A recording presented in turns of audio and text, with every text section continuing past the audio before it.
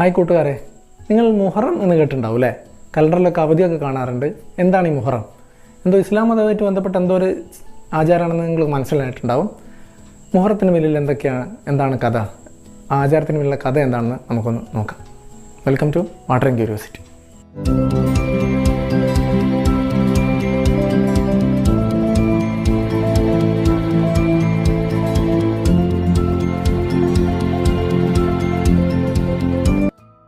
മുഹറം എന്ന വാക്കിനർത്ഥം ഫോർബിഡൻ എന്നാണ്, നിരോധിക്കപ്പെട്ടത്.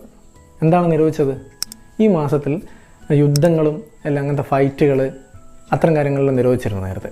മുഹറം എന്ന് പറഞ്ഞാൽ ഹിജ്റ കലണ്ടറിലെ കൂട്ടുകാർ കേട്ടിട്ടുണ്ടാവും. ഹിജ്റ നമ്മളിപ്പം ഗ്രിഗോറിയൻ കലണ്ടർ അങ്ങനെയൊക്കെ പറയുന്നുണ്ടല്ലോ, അതുപോലെ ഹിജ്റ വർഷം, നമ്മൾ മലയാളം കലണ്ടറൊക്കെ പോലെ വേറെ ഹിജ്റ വർഷം AD 622 അത്